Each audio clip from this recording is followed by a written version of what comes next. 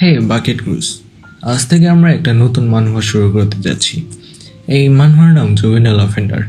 এই story popular মানহাওয়া লুকিজামের ইউনিভার্সে exist করে।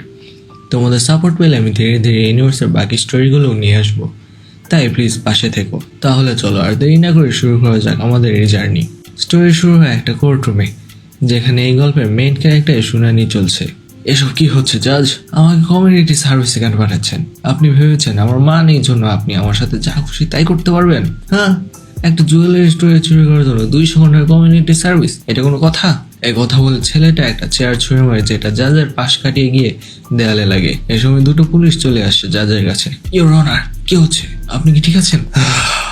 Juvenile কোর্টে আমার 15 বছর অভিজ্ঞতায় তোমার মতো বেয়াদব আমি আর দেখিনি। ইয়ন সিয়ং, চেয়ারটা তার জায়গায় আবার রাখো। তার না হলে ইয়ন সিয়ং জাজের কথা তো শুনেই না, উল্টো জাজকে মিডল ফিঙ্গার দেখিয়ে দেয়। এই সময় জাজ তার শুনানি শুনিয়ে দেয়। আদালতের প্রতি অবজ্ঞা করা আর তার অপরাধের ধরন অনুযায়ী এটাই বোঝা যায় যে আসামির শোধরানোর কোনো সম্ভাবনা নেই, যার ফলে এই আদালত আসামি ইয়ন সিয়ং লিকে জুভেনাইল ল আর্টিকেল 9 ধারায় সাজা দিচ্ছে। জুভেনাইল ল আর্টিকেল 9 এমন এক শাস্তি যেখানে মাইনরদের 6 মাসের জন্য ইয়ুথ ডিটেনশন সেন্টারে পাঠানো হয়। একটা বাসে করে সব মাইনর ক্রিমিনালদের সাথে ইয়ন সিয়ংকে নিয়ে আসা হয় ইয়ুথ ডিটেনশন সেন্টারে। এখানে পুলিশ সবাইকে নিয়ে যেতে থাকে আর একটা ছেলে ইয়ন সিয়ংকে চিনে ফেলে। এই ছেলের নাম জিহুন। ইয়ন সিয়ংলি, তুমি ইয়ন সিয়ংলি তাই না? ইয়ন সিয়ংলি, সাংইয়ন মিডল স্কুলের ইয়ন সিয়ংলি। পুলিশ জিহুনকে আটকাতে থাকে আর জিহুন বলে সে শুধু হ্যালো জানাতে চায় তাকে। পুলিশ তাকে যেতে দেয় না, অন্যদিকে নিয়ে যায়। যেতে যেতে জিহুন ইয়ন সিয়ংকে রোল করার পর বিল্ডিং বিতে যেতে বলে। ইয়ন সিয়ং তার স্কুলের চেনা কাউকে দেখে খুশি হয়। এ সময় এক পুলিশ ইয়ন সিয়ং এর পেছন থেকে এসে বলে, আচ্ছা তো তুমি জিহুনের ফ্রেন্ড? ওই ছেলেটা একটু সুবিধার না। কি করেছিলে তুমি? ব্ল্যাকমেল নাকি সেক্সুয়াল অ্যাসল্ট? যদি তুমি ওর বন্ধু হয়ে থাকো তাহলে নিঃসন্দেহে তুমি ওর মতোই বখাটে। আমাদেরকে এই পুলিশের পরিচয় জানানো হয়। এনার নাম গকিয়নলি, সেই ডিটেনশন সেন্টারের কারেকশনাল অফিসার। ইয়ন সিয়ং তার কথা শুনে এক দৃষ্টিতে তাকায় থাকে আর পুলিশটা তার মাথায় কাগজের ফাইল দিয়ে চাপড় মেরে বলে, এভাবে কি দেখতেছো? তো তোমার নাম ইয়ন সিয়ং, সেই হারামজাদা যে কোর্টে ঝামেলা করেছিল, এখানে আসার এত শখ ছিল তোমার? ইয়ন সিয়ং, আমাদের প্রায়ই দেখা হবে, চলো আমি আর তুমি বন্ধু হয়ে যাই, ঠিক আছে? আর যেহেতু আমি কারেকশনাল অফিসার, তো আমি তোমার দায়িত্বে থাকবো। এমনিতেও আমি জানি তোমরা এমনি আমাদের পছন্দ করো না। হেই অফিসার। ইয়ন সিয়ং অফিসার লির কথা থামিয়ে কিছু বলতে থাকে, কিন্তু আমাদের দেখানো হয় না, বরং কনভারসেশন নিয়ে যাওয়া হয় জিহুনের কাছে। জিহুনের একসঙ্গে তাকে জিজ্ঞেস করে সে ইয়ন সিয়ংকে চেনে কিনা। কি ব্যাপার জিহুন, তুমি ওই ছেলেটাকে চেনো? অবশ্যই, মিডল স্কুলেও অনেক ফেমাস ছিল। ও সত্যি? তোমার স্কুলে সব তার ছেড়ে দিয়ে ভরা ছিল না? ও আবার কিসের জন্য ফেমাস ছিল? জিহুন এক অদ্ভুত চেহারা নিয়ে বলে, ওই শালা একটা লুজার ছিল। এরপর সিন শিফট হয় কিছু সময় পর জিহুন আর ইয়ন সিয়ং এর কাছে। জিহুন ইয়ন সিয়ংকে বুলি করা শুরু করে দিয়েছে। তোমার দেখে ভালো লাগলো ইয়ন সিয়ং, কখনো ভাবি নাই তোমার এখানে দেখবো। ইয়ন সিয়ং, তোমার মুখ, তুমি কি ভুলে গেছো? তুমি ভাবছো কোনো ঝামেলা করে চুবিতে আসলেই তুমি অনেক বড় কিছু হয়ে যাবা? আমার পুরোনো দিনের কথা মনে পড়ে যাচ্ছে। আমরা একসাথে অনেক মজা করতাম, তাই না? আমার এখনো মনে আছে তুমি নিজেকে স্কুল বাথরুমে শেষ করে দেওয়ার কত বড় পদক্ষেপ নিয়েছিলা। সে কি দিনগুলা ছিল। থ্যাঙ্কস টু ইউ আমরা সবাই বোলিং এর জন্য সাসপেন্ড হয়েছিলাম। ইয়ন সিয়ং, পুরোনো দিনের কথার স্মরণে তোমার প্যান্ট খুলে তোমার পিল্লু বের করে দেখাও তো।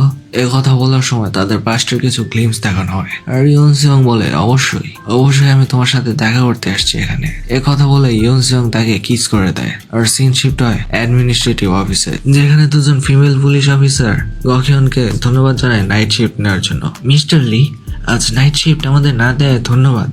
আর কোনো ব্যাপার না, সাবধানে বাড়ি যেও। পুলিশ দুজন যাওয়ার পর গকিয়নের কিছুক্ষণ আগে ইয়ন সিয়ং এর সাথে তার কনভারসেশনের কথা ভাবতে থাকে, যেখানে ইয়ন সিয়ং তাকে বলে, অফিসার আপনি মাইনরদের সাথে শুয়েছেন তাই না? কি বললাম? মার্চ মাসের 6 তারিখ প্রায় রাত 1টার দিকে আপনি একটা ডেটিং অ্যাপের মাধ্যমে একজন টিনেজারের সাথে দেখা করেন। আপনি তার কাছে মিথ্যা বলেছিলেন যে আপনার একটা BMW আছে আর আপনি সেই মেয়ের সাথে খারাপ কাজ করার জন্য নিজের গাড়িতে নেওয়ার চেষ্টা করেন। আমি সব জানি। আপনার গাড়ির লাইসেন্স নাম্বার 4439। অফিসার লি বলে, তুমি কে তুমি এখানে কেন আসছো তুমি? ইয়ন সিয়ং বলে, সে এখানে কাউকে খুঁজছে, কিছু জুভেনাইল অফেন্ডার্স, সেসব হারামি যারা তার জীবন ধ্বংস করেছে, কিন্তু আইন তাদের রক্ষা করেছে। একথা বলার সময় দেখানো হয় ইয়ন সিয়ং জিহুনকে কিস করেছিল যে সে আসলে তাকে কিস করে নাই, জিহুনের জিহ্বা কামড়ে ধরেছে। ও ধর ধর আমাকে হারামদাদা। ইউন সিয়ং জিহনের মুখে প্রথমে নি স্ট্রাইক করে, এরপর তার পেটে নি মারে, তারপর একটা হেডবাট। জিহনের সাথের ছেলেগুলো ইউন সিয়ংকে মারতে এগিয়ে আসে, কিন্তু ইউন সিয়ং জিহনের মাথা ধরে তার পেছনের ছেলের ঘাড় পা দিয়ে জড়িয়ে ধরে ছুঁড়ে মারে। এটা দেখে বাকিগুলো দৌড়ে পালায় আর বলে, অফিসারকে ডাক দে। এরপর একটা ফ্ল্যাশব্যাক দেখানো হয় ইউন সিয়ং এর শুনানি চলার সময়। ইউন সিয়ং এর পাগলামি দেখে সাথে থাকা লোকটা তাকে বলে জাজের কাছে ক্ষমা চেয়ে নেওয়ার জন্য, কিন্তু জাজ ইউন সিয়ং কে জুভেনাইল ল আর্টিকেল 9 ধারার শাস্তি দিয়ে দেয়। এই শাস্তি শুনে ইউন সিয়ং হাঁটু গেড়ে জাজকে ধন্যবাদ জানায়, যেন সে এটাই এক্সপেক্ট করছিল। ফ্ল্যাশব্যাক শেষে বর্তমান সময় ফিরে আসে সিন, যেখানে জিহুন একটা লাঠি দিয়ে ইউন সিয়ং এর মাথায় আঘাত করে তাকে গালি দিতে থাকে। কুত্তর বচ্চ, তুই টার্টি ফাইট করতে চাস? আচ্ছা ঠিক আছে, নালার গেট মরে যা, তুই এতদিন ওয়ার্কআউট করতেছিলি। এসব বলে সে ইউন সিয়ং এর উপর লাঠি দিয়ে ওর ধরা মারতে থাকে, আর ইউন সিয়ং সেগুলো ব্লক করতে থাকে, যেন তার উপর কোনো এফেক্টিভ হয়নি এসব আঘাতের। এরপর ইউন সিয়ং জিহনের উপর বক্সিং এর বন্যা চড়ায় দেয়, আর পরে তাকে ধরে মাটিতে ফেলে একটা অ্যাঙ্কেল লকে ফাঁসায় নেয়। এরপর ইউন সিয়ং বলতে থাকে, জানতে চাস আমি ওয়ার্কআউট করতেছিলাম কিনা?